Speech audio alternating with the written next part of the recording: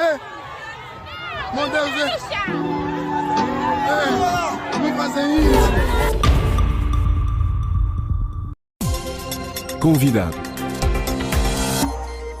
O novo livro de Domingos da Cruz, Ferramentas para Destruir o Ditador e Evitar Nova Ditadura, foi bloqueado no aeroporto de Luanda, em Angola, pelos serviços de segurança do Estado e levado ao Palácio Presidencial, pelo menos a informação que temos. A obra, uma versão mais radical do livro que levou à prisão dos 15 mais 2 ativistas em 2015, caso que acompanhámos aqui na RFI, ia ser apresentada em Angola. Em protesto contra a censura, o autor Domingos da Cruz disponibilizou gratuitamente o PDF do livro online e é com Domingos da Cruz que vamos falar e começo por perguntar como é que interpreta este bloqueio do seu livro no aeroporto por parte das autoridades angolanas. Estava à espera que isto acontecesse? Sim, claro, sem dúvidas. Eu nunca esperei absolutamente nada que fosse, digamos, de acordo com a lei, com a ética, com o que é normal para uma sociedade, digamos, onde aqueles que estão no poder agem de acordo com os interesses dos cidadãos. Portanto, eu esperava que isso acontecesse, até porque estamos perante uma atitude que revela a coerência e, mais uma vez, é o regime a afirmar a sua própria natureza, não é? Seria de uma grande ingenuidade esperar o contrário. Imagina que estivéssemos em Cuba ou na Coreia do Norte e esperar que houvesse liberdade de imprensa ou direito à manifestação ou liberdade de pensamento, liberdade académica e científica. Seria uma contradição. E o mesmo se aplica para Angola. Portanto, o que eles fizeram revela tão somente a natureza do próprio regime e, para mim, é perfeitamente expectável. E gostaria de esclarecer que eu não falo para a imprensa sobre o assunto com a intenção de apresentar-se como vítima ou para fazer qualquer denúncia. Eu não estou a denunciar absolutamente nada, estou simplesmente a aproveitar a oportunidade que me é concedida para informar o que sucedeu. Se estivesse a denunciar, seria ingênuo, seria contraproducente, até porque ao longo de mais de 3 décadas se vai fazendo denúncias e nada melhora, pelo contrário, o país só piora em quase todos os aspectos. Na realidade, quando se vive numa ditadura, num regime autoritário, a denúncia não funciona. O que se deve fazer é construir um plano estratégico de modo que se possa remover a ditadura. Este é o caminho certo e não o caminho do vitimismo e da denúncia. E vamos falar disso porque vamos falar também do seu livro, mas antes perguntar-lhe o que pretende ao disponibilizar o livro gratuitamente em PDF e como é que esta escolha que tomou tem sido recebida pelo público? Olha, as pessoas estão satisfeitas pelo facto ter disponibilizado o PDF e a razão que presidiu a decisão de disponibilizá-lo tem única e exclusivamente a ver com a minha pretensão de contribuir para esse processo de libertação, para que possamos sair do cativeiro. E eu acredito na força das ideias, não é? Na capacidade criativa e transformadora que as ideias têm, e espero que as pessoas adotem as ideias e as pratiquem, porque me parece ser o caminho para a nossa libertação, não é?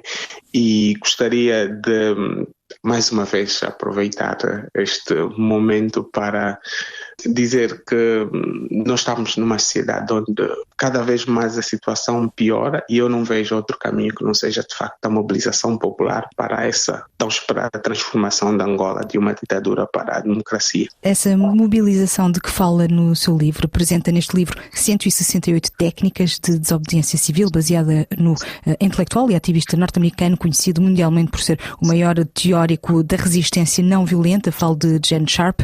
O que é que considera mais aplicáveis no contexto de Angola atual e porquê? No contexto atual em que nos encontramos, parece-me que as técnicas de subversão, por exemplo, do ponto de vista económico, são adequadas ao contexto de Angola, porque encontramos-nos num momento de grande crise e isso limita o regime, não é, em termos financeiros, para comprar o maior número possível de pessoas, tal como tem sido a prática. E, portanto, se houver, por exemplo, a indisponibilidade dos cidadãos para pagarem impostos, para fazer depósitos bancários, irem removendo o dinheiro que têm disponível nos bancos, aprofundará a crise e de alguma maneira limitará facilitará o regime na compra das pessoas. Essa é uma técnica perfeitamente adequada no contexto atual e, por outro lado, também as pessoas podem permanecer em casa, podem fazer abaixos assinados, podem parar de colaborar com as instituições. Aqueles que estão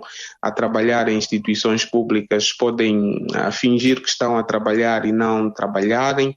Tudo isso viabilizará o colapso das instituições e, perante o colapso das instituições, chegará um momento em que as pessoas levantar-se-ão em grandes proporções, sem dúvidas.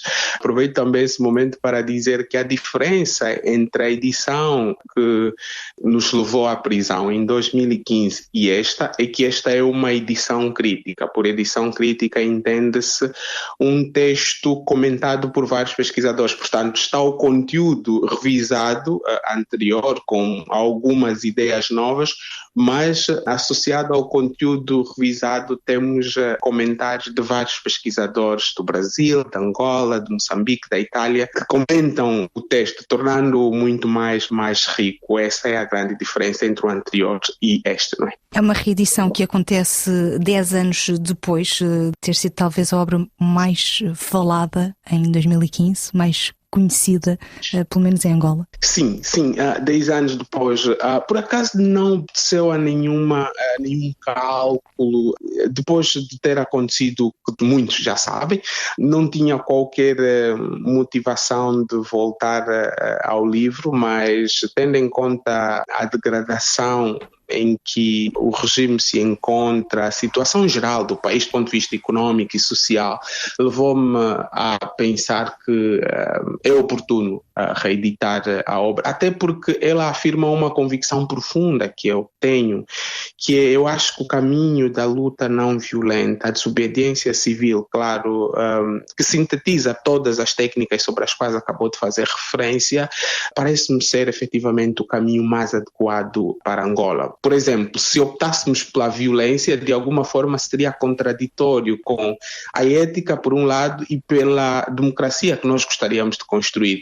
E, por outro lado, também colocar-nos-ia na mesma posição daqueles que estão no poder, né? Que seríamos todos violentos, seríamos todos do mesmo nível do ponto de vista moral. E quem luta por uma democracia deve se colocar numa posição de diferença, não só do ponto de vista ético, mas também do ponto de vista discursivo. É óbvio que existem vários caminhos para a libertação, mas também a violência nos colocaria numa posição de grande desvantagem e haveria pouca possibilidade de vitória. Acho que a luta não violenta é o caminho mais adequado, não é? Continuo a acreditar profundamente nisto, não é? Embora abra porta a outras possibilidades, mas esse é o caminho, acho. Domingos da Cruz, passaram 10 anos, já aqui falámos deste o caso e que levou à prisão de 15 mais 2 ativistas, este julgamento que terá sido provavelmente o mais mediático ou um dos mais mediáticos em Angola. O que é que mudou em Angola em 10 anos? Pergunto-lhe se considera que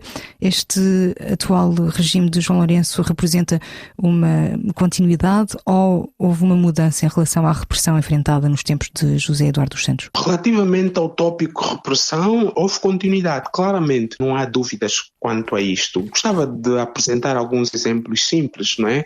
À semelhança do que Eduardo dos Santos fazia, reprimir qualquer tentativa de protesto, o seu sucessor faz exatamente a mesmíssima coisa, e quando eu digo seu sucessor, estou a basear-me naquilo que diz o nosso quadro legal, de acordo com a Constituição da República de Angola. O responsável pelos serviços de defesa e segurança é efetivamente o Presidente da República, portanto, o Ministro do Interior, da Defesa, etc., dos serviços secretos, todos agem a mando do Presidente da República. Aliás, nós temos uma das Constituições que confere poderes excessivos ao Presidente.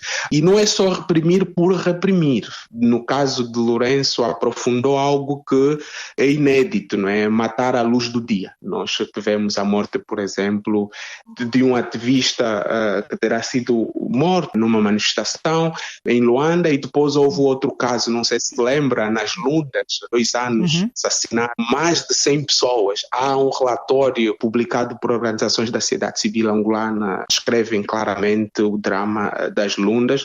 Nós assistimos situações gravíssimas nesse campo. E falando de outros direitos políticos, econômicos e sociais, os indicadores demonstram claramente que a situação do país degrada-se cada dia que passa. E, inclusive, essa é uma oportunidade também para que a sociedade civil possa fazer uma autocrítica e perceber que o método da denúncia é um erro, até mesmo do ponto de vista histórico. Imagina na época colonial, se os nossos antepassados se limitassem a denunciar, provavelmente ainda teríamos a colonização até hoje. O que se deve fazer, na verdade, é tomar uma posição que visa pôr fim ao regime, e as técnicas de luta não violenta adequam-se perfeitamente para que possamos pôr fim ao nosso cativeiro, não é? Mais de 3 décadas de denúncias não resolveu absolutamente nada, e os indicadores estão ali. Quando se olha para os relatórios publicados por diferentes instituições sobre Angola, como é o caso das Nações Unidas, da Freedom House, dos Repórteres Sem Fronteira, Moi Brain Foundation, etc., demonstram claramente que nós não saímos do mesmo lugar, não é? Fala da sociedade civil, fala da oposição. Qual é que deve ser o papel desta oposição política e da sociedade civil? A seu ver, também, qual é que é o papel da juventude angolana na luta contra a repressão, na construção de uma democracia real, a seu ver? Olha, Lígia, é preciso estabelecer uma diferença clara entre a oposição partidária e a luta cívica feita pela sociedade civil, pela juventude, tal como acaba de fazer referência. A minha única esperança sincera é em relação ao povo. Primeiro, o povo deve tomar consciência que está sozinho no mundo, literalmente abandonado. Nós vivemos num país onde tem uma elite, digamos, conectada com o capitalismo internacional, as grandes corporações, as potências ocidentais, etc., e é um regime que viabiliza a extração dos recursos e beneficia o ocidental. Portanto, por um lado está a elite que beneficia da extração dos recursos e os seus parceiros internacionais. E internamente o próprio regime também beneficia a oposição partidária, o que significa que o povo é o único, a sociedade é a única vítima disto, e é ela que deve se levantar. Não vejo 1 milímetro, não vejo 1 centímetro de esperança vindo da sociedade política partidária. Deixa eu dar-lhe um exemplo simples. Eu não conheço em parte nenhuma do mundo, em que se pode fazer oposição dependendo financeiramente do próprio regime contra o qual se está a lutar. O nosso quadro jurídico, a lei sobre os partidos políticos, confere dinheiro vindo do Orçamento Geral do Estado para os partidos da oposição. E como em Angola o MPLA confunde-se com o Estado porque capturou o Estado, significa que os partidos da oposição, para sobreviverem, as lideranças, os deputados, etc., para que possam ter o arroz e o feijão na mesa, para cuidar da sua própria saúde, para mandar os seus filhos à escola, para poder comprar um bilhete de avião, dependem literalmente do MPLA. Não é possível fazer oposição contra um regime quando se depende financeiramente deste regime para comer sequer. Dizia Tomás Sankara, quem te alimenta controla-te, manipula-te, não é? E por outro lado também nós temos uma oposição viciada, corrupta, envelhecida por um lado, e do ponto de vista psicológico não se pode esperar muito de velhos, não é? Não é de velhos onde virá a revolução, claro.